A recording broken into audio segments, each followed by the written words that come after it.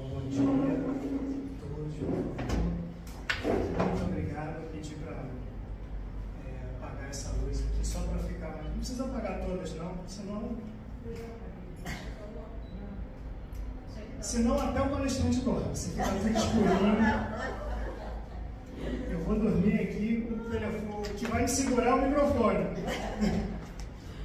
Mas só para ficar mais visível aqui a tela, né? Então, bom dia a todos. Eu sou o Roberto Tavares, aqueles que não me conhecem. É sempre uma felicidade estar aqui no Joana. Tem muitos amigos aqui, então é sempre bom estar entre amigos. E o Joana é um lugar, uma energia muito boa. Então, além da companhia, tem a energia do Joana, que é maravilhosa. Então, ficou para o nosso estudo hoje, foi pedido para mim, para falar aí de dois temas: o conhecimento do princípio das coisas e o que é o espírito e a matéria. Então, são dois temas que a gente vai ver hoje. Eu tenho 50 minutos. Então, é impossível eu tratar do tema completo em 50 minutos, dos dois temas. Então, eu sugiro, gostaria, recomendo a leitura desses temas que a gente vai ver hoje, que está dentro do Livro dos Espíritos. A gente vai ver ao longo do estudo onde vai estar. Então, recomendo a leitura, porque eu tenho pouco tempo.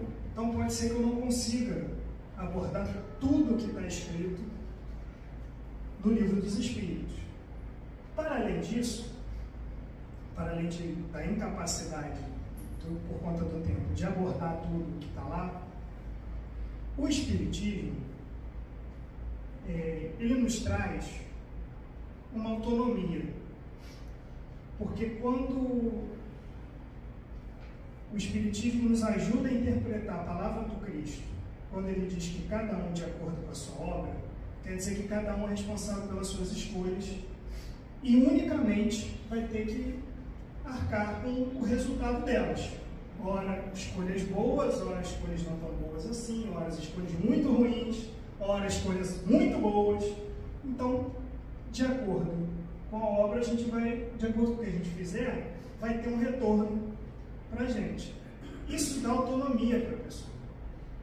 Porque o único exclusivo responsável por aquilo que a gente vai ter somos nós. Então, quando se faz nós mesmos a leitura do que está sendo abordado, a leitura do que o Espiritismo nos traz, e a gente tem uma sorte muito grande, porque a maior parte dos livros espíritas do mundo está em português, então a gente pode ler minimamente no original, e como começou em francês, as traduções são muito boas para o português, a gente pode ler numa certa qualidade do que está escrito lá. Isso faz com que nós construamos o nosso conhecimento por nós mesmos. Então, quando eu me proponho a conduzir um estudo desse, uma palestra dessa, eu não gosto muito do termo palestra, mas quando eu me proponho a fazer, eu não estou apresentando a doutrina espírita na sua totalidade. Eu estou apresentando a doutrina espírita pelo que eu entendi dela. Então, o que eu me proponho a fazer é fazer parte da construção da doutrina espírita que cada um vai ter dentro de si, por conta de tudo que cada um viveu, das outras coisas que estudaram, da vida que teve, do que cada um entende como um futuro para si. Então, o que eu venho aqui é tentar fazer parte dessa construção, mas a construção do entendimento da doutrina espírita é individual. Então, para além de não ter tempo de abordar tudo o que me foi pedido, tem essa questão da individualidade. A construção é de cada um, porque as escolhas, em última instância, serão de cada um. Então, por conta disso, eu peço, depois que saírem daqui, quando tiverem tempo, calma, tem um feriadão aí pela frente, então dá para adiantar muita leitura. Leiam, veja se vocês concordam comigo, se discordam, se tem alguma coisa a mais que eu não abordei, mas que fique para você, porque isso vai ser importante na vida de cada um. Vocês não precisam dizer para mim, não tem prova, não tem nada. A prova é fazer as escolhas e receber o resultado que você espera com elas. Então, por conta disso, recomendo a leitura depois do que a gente for estudar aqui. Então, hoje a gente vai ver o Livro dos Espíritos. O Livro dos Espíritos é o primeiro livro espírita, considerado, óbvio, o primeiro livro espírita do mundo. Não tem o termo espiritismo antes de 1857, foi o lançamento dele. E Kardec, que é o seu autor, ele não é mais o seu autor, e a gente vai ver isso porque ele é o seu organizador. Porque o próprio título do livro diz de quem é a autoria. O livro dos Espíritos. Então, Kardec, como organizador, como codificador da doutrina, que é o termo mais utilizado no meio espírita, ele deu já no livro a autoria do livro. O livro é dos Espíritos. E no, digamos assim, no subtítulo do livro, o Kardec escreve isso. É essa parte que está aqui. Escrito isso aqui é a primeira edição, né, em francês. Está escrito ali o seguinte: sobre a imortalidade da alma. Então, uma pequena apresentação do livro. Sobre a imortalidade da alma, a natureza dos espíritos e suas relações com os homens, as leis morais, a vida presente, a vida futura e o porvir da humanidade, segundo os ensinos dados pelos espíritos superiores, com um concurso de diversos médiuns, recebido e coordenados por Allan Kardec. Então, Kardec ele fala, essas respostas não são minhas. Essas informações não sou eu que estou trazendo. Eu coordenei. As respostas vêm dos espíritos superiores por meio de diversos médiuns. Então, o livro é dos espíritos, coordenado e organizado por Allan Kardec. Então, é esse livro que a gente vai estudar, uma parte dele, né? Esse livro foi aí publicado a primeira vez em 18 de abril de 1857, na França, né? Então, aí se dá o marco inicial do espiritismo no mundo, né? Pode-se considerar, mas o que ele vai estudar são os fenômenos naturais. Então, tudo que está aqui já acontecia no mundo, só está tendo uma explicação de uma outra forma com o advento do espiritismo. Então, o Livro dos Espíritos é dividido em 4 partes. A primeira parte é das causas primárias, justamente o que a gente vai ver hoje. O nosso tema está nessa primeira parte aqui, as causas primárias. Quem vai ver o que é a criação, de onde vem o espírito, o que é espírito, o que é matéria. Então, a segunda parte é do mundo espírita. Como é que funciona o mundo espiritual? Como é que ficam as almas, os espíritos, depois do desencarne? Como funciona o encarne? O que é encarnar? O que é desencarnar? As leis morais. Então, ele vai falar aí a parte de toda a ética espírita, né? E das esperanças e consolações, que é o porvir da humanidade, do homem, o que a gente vai esperar com as nossas ações, tudo. Então, a gente vai estar hoje aí, na primeira parte, nas causas primárias, no capítulo 2º da primeira parte, que se chama 2 elementos gerais do universo. Então, aí, ele está falando da criação do universo. O que é o universo, né? Então, dentro do capítulo 2º, aí, tem o conhecimento do princípio das coisas. Então, a gente vai começar aí da questão 17 do Livro dos Espíritos. Na questão 17 do Livro dos Espíritos, a maior parte dele é de perguntas e respostas. Kardec propôs pergunta e os espíritos responderam. Como ele mesmo advertiu no começo do livro, ele falou, com um concurso de diversos médiuns. Porque o Kardec, ele criou, não sei se ele criou, mas ele propôs para o espiritismo um método que ele chamou de universalidade do ensino dos espíritos. Então ele fez perguntas para diversos médiuns, em diversos momentos diferentes e até em diversas localidades, não só dentro da França como fora. Juntou as respostas, né, das perguntas e só passou para o livro dos Espíritos as respostas que eram condizentes de diversos lugares. Se a resposta fosse diferente em diversos lugares, eu falei, então isso aqui eu não vou colocar. A gente não tem uma resposta válida para isso. Porque tem que estar condizente com diversos lugares. Então ele chamou isso de universalidade do ensino dos espíritos. Se a resposta é em seu conceito, claro que cada espírito vai responder de um jeito. Como cada professor for perguntar para um pesquisador, o pesquisador vai responder de um jeito sobre uma coisa, sobre a mesma coisa, outro pesquisador responde de outra. Então, mas se a base, o conceito básico for o mesmo, ele colocou. Em Obras Póstumas, que é um livro publicado após, óbvio, o desencarne do Kardec, em 1869, pelos amigos, pela viúva dele, tem uma passagem que ele fala assim, olha, ele falando sobre o método, né? Ele falou assim, tem coisa que eu não publiquei, não coloquei, porque eu tinha dúvida, não tinha certeza, não deu para ter certeza daquilo. E ele falou assim, olha, eu preferi, e ele conjecturando, se alguma coisa que era realmente aquilo, ele não colocou.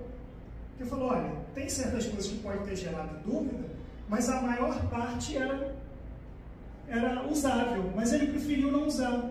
E ele, pensando sobre isso, ele falou assim, olha, eu preferi negar 10 verdades do que aceitar uma mentira. Então isso nos mostra aí o cuidado que o Kardec teve na hora de organizar e publicar essa obra. Então, ele tem aí, nessa questão 17, a pergunta, é dada ao homem, à humanidade, ao ser humano, conhecer o princípio das coisas? Assim, ó, como é que foi o princípio de tudo, do universo, da vida, da existência? É possível que o ser humano possa chegar a esse conhecimento, o conhecimento pleno disso? E os espíritos superiores nos respondem, não, Deus não permite que ao homem tudo seja revelado neste mundo. Então a humanidade aqui da Terra não vai ter, enquanto a humanidade aqui da Terra, a capacidade de saber o princípio de todas as coisas na sua totalidade. Kardec, como nós já vimos, um pesquisador, alguém que era professor, né? Alguém que valorizava o ensino, a pesquisa, o conhecimento, logicamente não vai ficar satisfeito com esse tipo de resposta.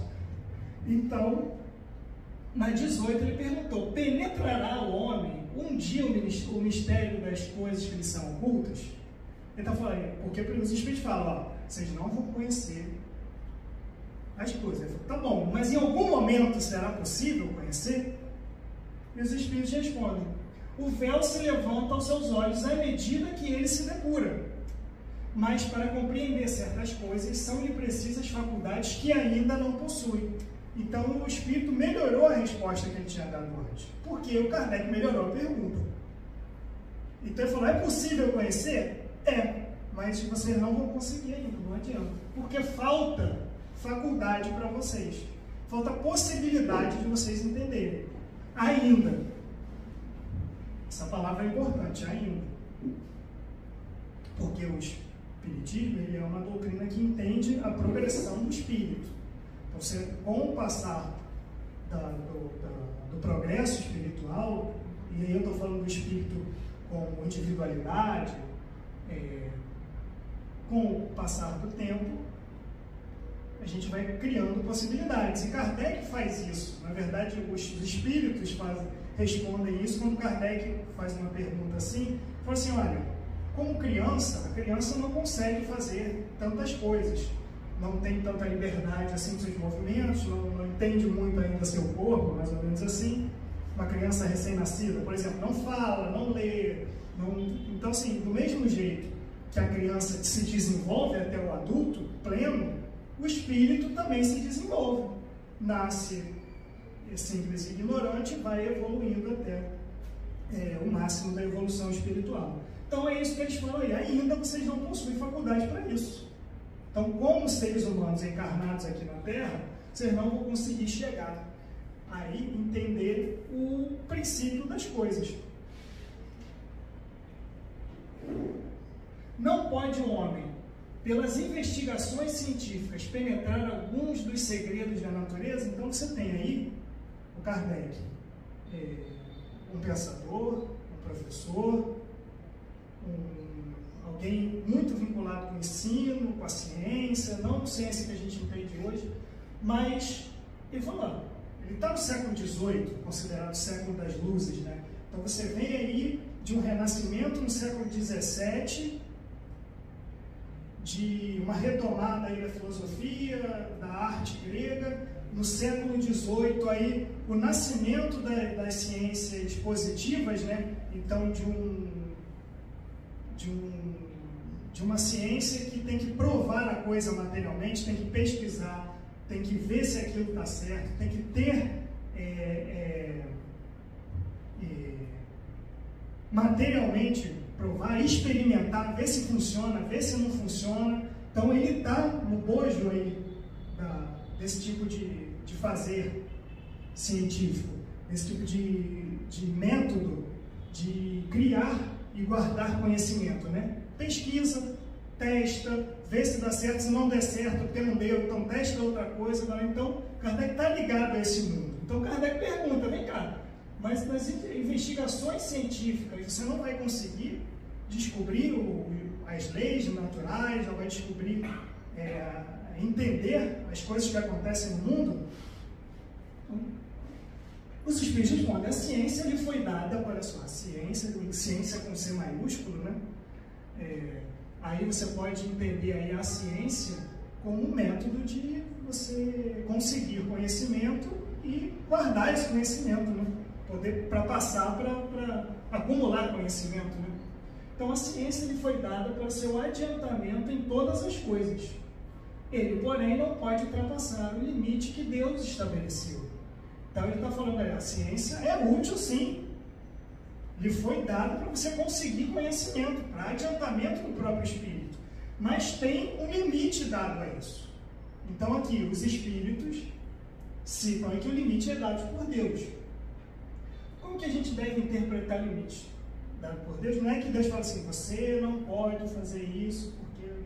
Não, a própria lei natural, que faz com que o espírito evolua, progrida lentamente, que é esse limite estabelecido por Deus. Na pergunta anterior, os espíritos responderam, olha, vocês não têm faculdade para isso ainda, vocês não têm capacidade para entender. Qual é o limite? É a nossa capacidade. Como esse limite está dentro da lei natural, das leis de Deus, os espíritos respondem, Deus estabeleceu leis, essas leis te limitam. Então, vamos aí a uma outra lei natural, que é o que a gente conhece hoje no planeta Terra, como a lei da gravidade, limita a gente a fazer vários tipos de coisa. Com o avanço do conhecimento da lei da gravidade, um negócio que é muito mais pesado que o ar voa, que é o avião. Por quê? Porque no século XVI, quando Newton matematizou, teve um entendimento, publicou ali da lei da gravidade, ele falou, a gravidade é isso, o corpo mais pesado, mais denso, não é mais pesado, mais denso, mais massivo, puxa o outro menos massivo. Então, como a Terra é mais massiva que o ar, então tudo é puxado para baixo, para o centro da Terra. A ave voava. Então, o cara olhou, mas aquilo ali voa, a ave voa. A ave é menos massiva que o centro da Terra. Por que ela voa? Então começaram a pesquisar. Pesquisar e descobriram que mesmo com a lei da gravidade, você pode fazer alguma coisa muito massiva também voando. Por quê? Porque houve um progresso no conhecimento. Então, da mesma forma, o que era limitado no 16, ninguém voava, hoje em dia a gente já voa com bastante facilidade. Foi até para a Lua, manda coisa para Marte. Isso era impensável na época. Não só tecnicamente, como conceitualmente. A gente realmente não poderia. Até o século ali, mais ou menos 17, 18, não se podia ir mesmo. Era incapaz, porque fisicamente não podia. Você não podia passar de um planeta para o outro. Então, não só tecnicamente não tinha tecnologia para isso, mas o conceito não permitia. Hoje em dia, a gente tem conceito, o conceito permite, e a técnica também. Então, da mesma forma, o que limita? Por que Deus limita? Porque Deus criou as leis naturais. Como a gente vai progredindo, a gente vai diminuindo esse limite, vai avançando no limite. Beleza, gente? Bem tranquilo? Bem, tem um problema epistemológico, então é difícil mesmo. E Kardec comenta essa resposta. Quanto mais consegue o homem penetrar nesses mistérios, ou seja, que mistério?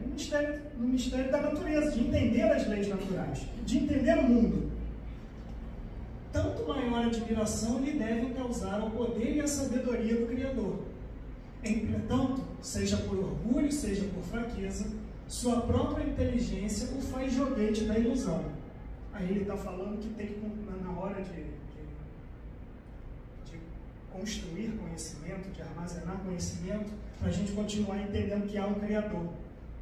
Que as coisas não foi o acaso que criou tudo. Que tem alguma coisa que ordena tudo. Ele amontoa sistemas sobre sistemas e cada dia que passa ele mostra quantos erros tomou por verdades e quantas verdades rejeitou como erros. São outras tantas decepções para o seu orgulho. Então, você tem aí muitas teorias que se mostraram errôneas com o tempo, mas que por um tempo valeu. Então, o que não muda o fenômeno, né? Então, eu vou aqui voltar no exemplo que eu dei, que é a lei da gravidade. Então, a lei da gravidade de Newton perdurou até Einstein. Então, saiu do 16, 17, e até o 20 era a vigência dentro do mundo científico. Depois o Einstein falou, olha, a gravidade não é bem assim, uma deformação no espaço-tempo. Então, não é que um corpo mais massivo atrai ao outro, que é a deformação do espaço-tempo, por conta da massividade do corpo, faz com que o corpo menos massivo aja dessa maneira. Mas só que não invalidou o fenômeno. Nenhum prédio caiu, construído a partir da mecânica newtoniana, por conta disso, que falou que ele estava errado. Porque o fenômeno existe. A ciência estuda o fenômeno e tenta dar a explicação mais possível para aquele fenômeno. Mas isso não invalida o fenômeno de forma alguma. O fenômeno continua o mesmo. O que muda para nós, como seres humanos, como estudantes das coisas do mundo? O jeito que a gente tem de interpretar o fenômeno.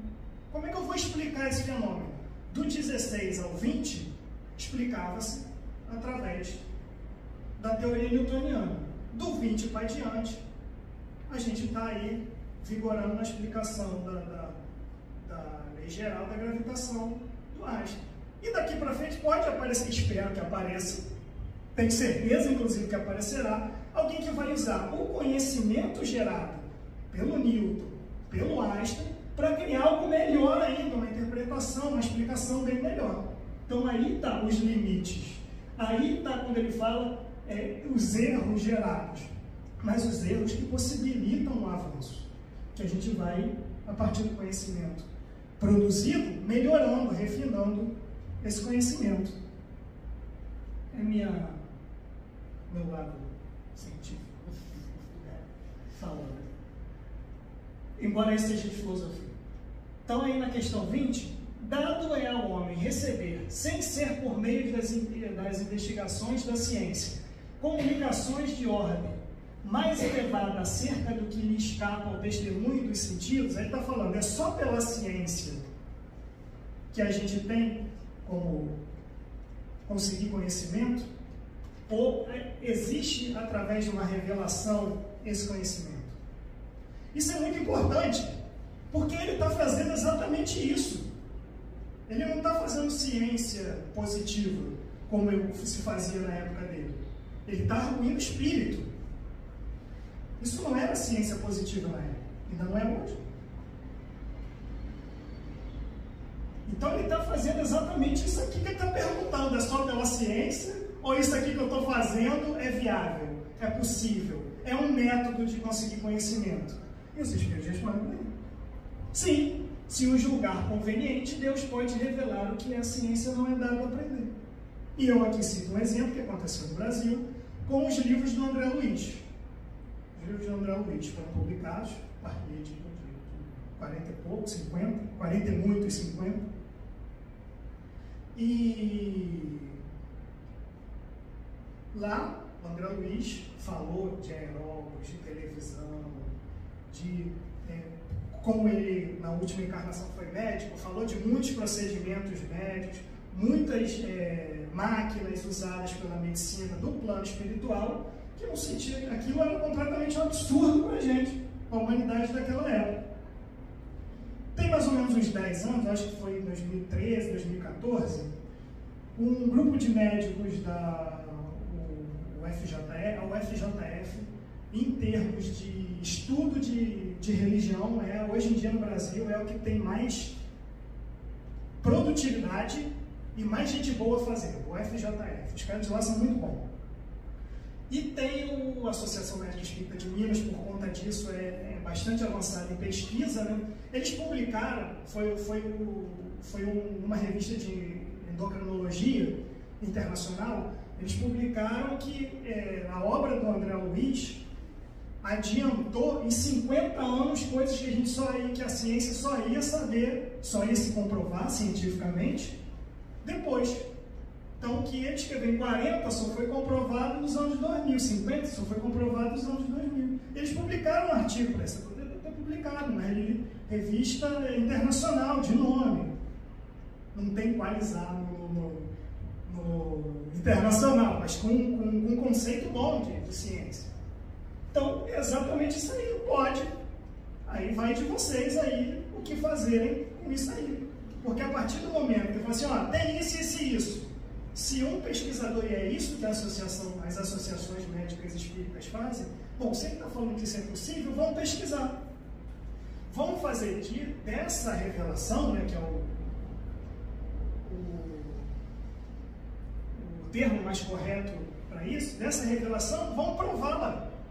Porque está dizendo que é assim, então vamos lá, vamos sentar aí, senta no laboratório, vamos pesquisar. Porque você está dizendo que é isso, tem como a gente provar. Então é exatamente isso que a ciência espírita hoje faz, né? O Dr. Paulo Frutuoso, alguns outros aí, que fazem, e o pessoal da UFJF também faz. Muitos nem são espíritas, mas estão trabalhando aí para isso.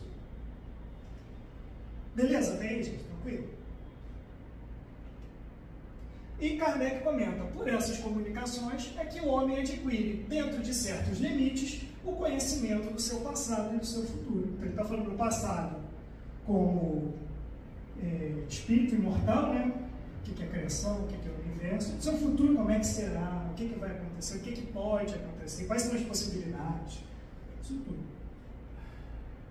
Então, aí, a gente termina a parte do conhecimento do princípio das coisas. É permitido para nós, seres humanos, conhecer realmente como se deu a criação?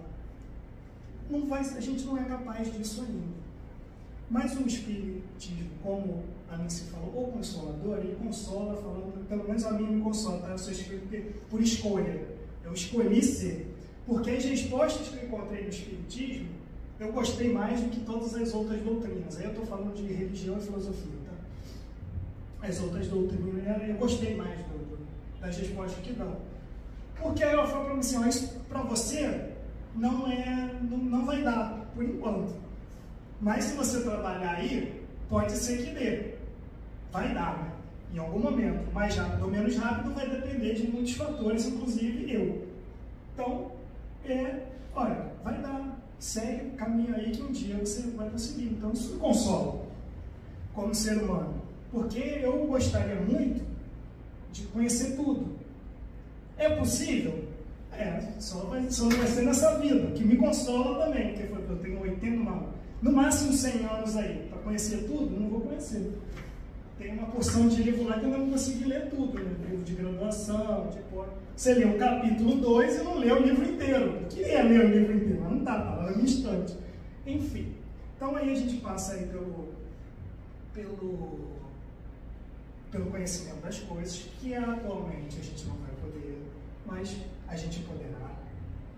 E passa aí para o segundo momento, que é o espírito e matéria. A gente vê, estudar o que é o espírito e o que é a matéria. Então nós temos aí a questão 21.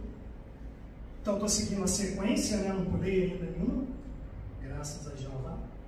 A matéria existe desde toda a eternidade, como Deus, ou foi criada por Ele em dado momento? Então, aí a gente tem algumas coisas. Essa pergunta aí tem algumas coisas. Eu vou passar para respostas e vou explicar tudo junto, a pergunta e a resposta. Só Deus o sabe. Há uma coisa, todavia, que a razão vos deve indicar. É que Deus, modelo de amor e caridade, nunca esteve inativo. Por mais distante que logreis figurar o início de sua ação, podereis concebê-lo ocioso em um momento que seja? Então aí, eu falo assim, a matéria foi criada por Deus, logo tudo é criado por Deus. Existe como Deus, eternamente, eu teve um momento, daqui para lá teve matéria, daqui para cá não tinha. É isso que ele quer saber. Eu falo assim, isso aí só Deus vai saber. Por quê? Porque por mais adiantado que seja o espírito, ele foi criado por Deus.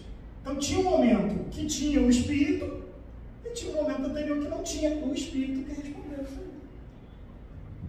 Por que ele responde isso? Só Deus o sabe. Porque a gente vai voltar agora na questão 13, no comentário que o Kardec faz, Livro dos Espíritos. Vamos sair do Livro dos Espíritos ainda. Comentário: Deus é eterno. Se tivesse tido princípio, teria saído do nada.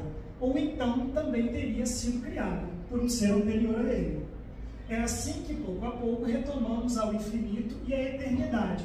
Então, os Espíritos estão dizendo assim, Deus é eterno, sempre existiu e sempre existirá. Os Espíritos são criados, mas Deus sempre existiu. A gente tem uma noção linear de tempo. Tem o que já passou, tem o que virá. Essa noção não se aplica a isso aqui, sempre existiu. Mas como é que teve começo? Não teve começo. E quando é que terá fim? Também não vai ter. Então a gente tem essa visão de que tem um começo. Então, dentro dessa visão, ele perguntou: existia matéria? O cara falou assim, só Deus vai saber. Porque eu também não tem espírito que estava nesse momento. Mas vamos pela razão, vamos raciocinar junto, nos propõe os espíritos superiores. Se você concebe um Deus que é eterno, que é amor, você acha que ele parou de produzir alguma coisa em algum momento? Ou eternamente ele produz? Eternamente ele produz. Que é isso o argumento do Espírito que falou aí. Eternamente ele produz. Se eternamente ele produz, precisa saber se algum dia já teve matéria? Nesse momento não, né? Acho que vocês têm mais coisa aí para ver. Por enquanto, a resposta é: Deus trabalha eternamente, ele é eterno. Se teve, se não teve, essa é uma questão que eu também não sei. Então o Espírito Superior está falando assim, isso eu também não sei não. Porque isso aí, só Deus sabe, eu não estava nesse momento. Quando eu estive, já tinha matéria. A partir do momento da minha criação, já tinha matéria. Então isso aí que ele está falando, isso aí só Deus que não é material, que não age diretamente na matéria, pode te dizer. Então, seguindo na 22, define-se geralmente a matéria como que tem extensão, o que é capaz de nos impressionar os sentidos, o que é impenetrável. São exatas essas definições? Aí ele usa aí uma expressão aí, extensão, que é uma expressão aí que o Descartes utilizou. O Descartes ele dividiu o mundo em duas coisas. A matéria, a coisa do pensamento, o que ele escreveu em latim, né? Então, a res cogitas, aquilo que é pensado, aquilo que não é material, e a res extensa, a res é coisa, né? E a res extensa, aquilo que tem extensão, aquilo que ocupa um lugar. Extensa quer dizer aquilo que ocupa um lugar. Então, assim, a matéria é tudo aquilo que ocupa um lugar, que tem extensão, que pode ser medido, que impressiona os nossos sentidos. Quais sentidos? Os 5 que a gente tem aí. É isso desses sentidos que está falando. Depois a gente pode debater, que é o que o Herculano Pires fala, um cara, um monstro gigante, filosoficamente, dentro do espiritismo também, recomendo a todos, que ele fala que a mediunidade é mais um sentido que a gente está evoluindo. Em algum tempo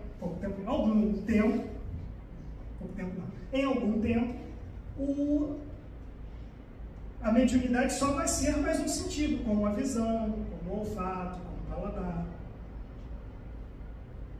E essa semana foi publicado, essa semana não, o negócio foi publicado há um tempo, de 2024, passado, ou 23, não me lembro. Mas essa semana saiu no Globo, no G1, teve uma entrevista, inclusive, com um médico da UFJF, o Alexander, que fala o seguinte: olha, a gente fez uma pesquisa genética para saber se existe diferença entre médium e não médium. Então a gente pegou 50 e poucos médiums, pegamos os parentes próximos dos médiums e a gente fez uma pesquisa genética. E eles descobriram que tem uma anomalia genética em todo mundo que é médium, que não tem nos seus parentes próximos, ou seja, um genoma parecido, né? Que não tem nos seus parentes próximos que não são. Por que eu citei essa pesquisa que já vinha publicada há um tempo, mas que foi trazida aí pro público, para um público maior agora?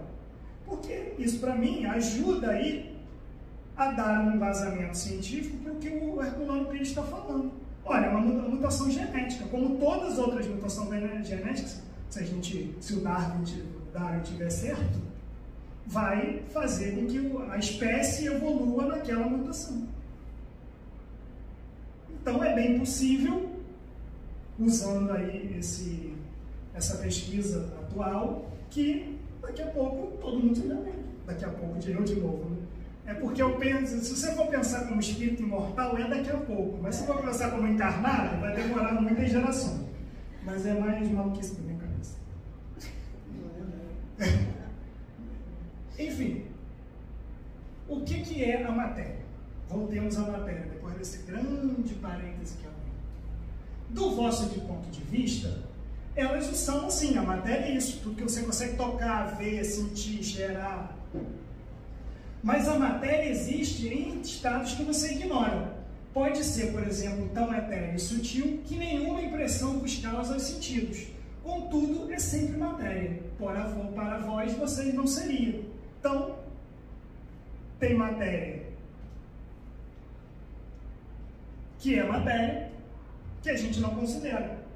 Ciência, o conhecimento amplo da humanidade ainda não entende como matéria, mas ela não deixa de ser. Então, você tem aí um exemplo espírita que é o perispírito. O espírito é imaterial, mas tem que agir na matéria. Então, ele usa o perispírito, que é tanto espiritual quanto material, no meio do caminho, para agir na matéria. Mas só que o perispírito é matéria. A gente vê, a maioria não vê perispírito, não vê espírito por aí. Mas é matéria. Não tem como você pesar o perispírito ainda. Não tem como pesar o perispírito, não tem como ver, não tem como pegar o perispírito. Mas o espírito falou, é matéria igual. Mas para vocês ainda não passaram por esse sentido. E aí, por isso que eu abri o parêntese do sentido. O Herculano Pires só vai ser que é mais um sentido ainda em desenvolvimento, como é a visão. Então, em breve, no futuro, a gente vai ver perispírito por aí. 22A, ou seja, continua aí na mesma toada. Qual definição podeis dar de matéria? A matéria é o laço que prende o espírito, é um instrumento de que este se serve e sobre o qual, ao mesmo tempo, exerce sua ação. Ou seja, é o que o espírito precisa para atuar, para trabalhar, para aprender, para agir. É um instrumento e é sobre isso que ele vai exercer a sua vontade, né? E Kardec comenta, deste ponto de vista, pode-se dizer que a matéria é o agente, ou seja, é um meio que... 5 minutos? E agora que você me avisa?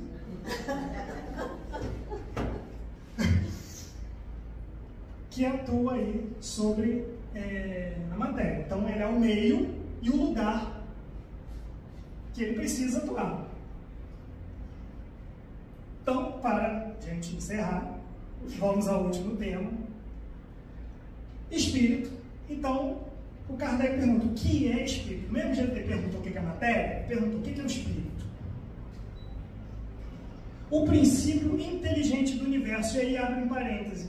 Se eu não conseguir seguir mais, eu prefiro me ater a esse parêntese, porque na hora do estudo é importante. Isso aqui está na questão 76 do Livro dos Espíritos, então a gente foi para frente, né? A gente andou na obra.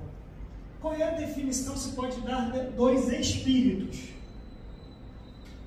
Pode dizer-se que os espíritos são seres inteligentes da criação. Povoam o universo fora do mundo material. Então, está dizendo, os espíritos são aquilo, as individualidades que estão no mundo espiritual, que encarnam, que desencarnam, que são criados, mas são eternos. São eternos não. Não podem ser descriados, não podem não existir mais. E aí, ele mesmo coloca, Kardec mesmo coloca essa nota. A palavra espírito é empregada aqui para designar as individualidades dos seres extracorpóreos e não mais o elemento inteligente do universo. Então, esse espírito aqui é minúsculo. Toda vez que na obra de Kardec tiver um espírito como é minúsculo, é o princípio inteligente do universo. Como é maiúsculo, são as individualidades. Então, eu preferi explicar isso, porque é importante você ler aí, na obra de Kardec, quando você vê espírito com E minúsculo, princípio inteligente do universo, que não é matéria. E espírito com E maiúsculo, ele está falando de um espírito, dois espíritos, enfim. Como a natureza íntima dos espíritos, deixa eu ver, aqui. O espírito é sinônimo de inteligência? A inteligência é um atributo essencial do espírito. Uma e outra, porém, se confundem num princípio comum, de sorte que para vós são as mesmas coisas. Ou seja,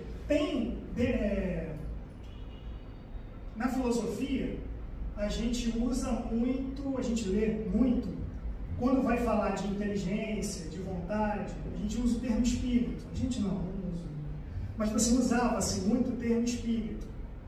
Ele tem um bom espírito, o espírito da ciência nele, um homem de espírito, realizações, assim. Então ele está falando da vontade, da inteligência, do intelecto, que é por isso que Kardec pergunta, o espírito é sinônimo de inteligência? Ele assim, para vocês até pode ser, mas é um atributo.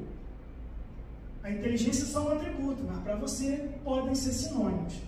Então, para encerrar a manhã de hoje aqui, né? Tem um amigo meu, dava aula comigo, que ele é pastor. Desde que eu conheci, ele é pastor, ele abandonou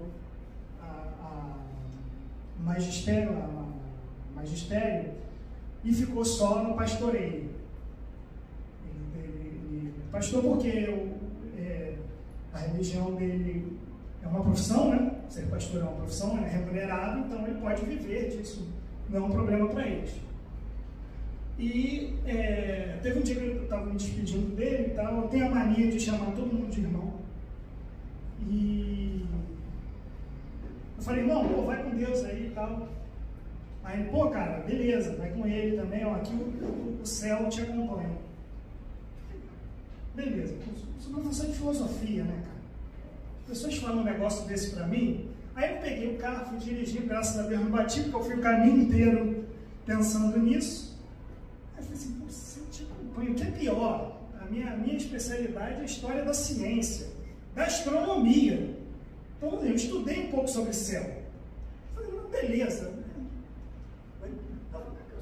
O que é o céu, né? Eu falei assim, tá bom, vamos no básico, o que é o céu? E falei, bom, o céu, a grosso modo, sendo bem grosso modo mesmo, é tudo que está acima do horizonte. O céu. A abóbada celeste. É o céu. Eu falei, não, tá bom. Beleza, vamos ver. Todos os lugares que eu for, com conhecimento, os parques de conhecimentos astronômicos, que eu tenho, todos os lugares no universo que eu tiver, vai ter um céu em cima de mim. Ou embaixo, dependendo de onde estiver, de como eu estiver. Ou embaixo. Então o céu sempre vai me acompanhar usando essa definição grosseira de céu. Beleza. Até aí, verdade. Mas ele não é cientista. Ele era um pastor, professor de filosofia. Ele não falou isso porque ele quis mexer com o meu lado cientista. Aí eu falei, não é isso. O cara é evangélico, neopentecostal. O céu para ele são onde mora, onde habita a divindade, né, o sagrado, Deus, e onde moram as criaturas celestes, né? E para onde ele espera ir quando morrer, quando depois do juízo final, tudo, porque ele age bem. Ele, na cabeça dele, faz tudo para agir bem, para seguir os ensinamentos que a religião lhe passou. Tudo. Então é um lugar bom, e quem mora lá também o é. Então quando ele falou isso, ele quer que todas as criaturas celestes me acompanhem, me protejam, me dê boa orientação, me conduzam no bom caminho. Então, em homenagem a ele, Miguel, o nome dele Miguel Ângelo, é um nome bom para um pastor, né? Miguel Ângelo, né? É bom. Engraçado que eu falei, cara, tua família é de evangélico? Não, minha mãe não tinha religião quando eu nasci e meu pai era babalorixá. Aí eu falei, e botaram Miguel Ângelo, né? Porque não tem nada a ver com Bíblia, né? Aí ele falou, eles gostavam do nome. Eu falei, tá bom, é bom para a tua profissão, é excelente, meu irmão. Aí, em homenagem a ele, e num sentido, uma vontade muito sincera dessa explicação mais alegórica, religiosa, filosófica aí, para a gente encerrar, que o céu vá com vocês, que vocês tenham uma boa semana, aproveitem aí o período do carnaval para descansar, para se divertir, é um período de descanso, é um período de alegria, não recomendo excessos de nenhum matiz, em qualquer lugar, então, bom descanso, fiquem bem, fiquem seguros aí, tá bom? Deus, que o céu acompanhe vocês.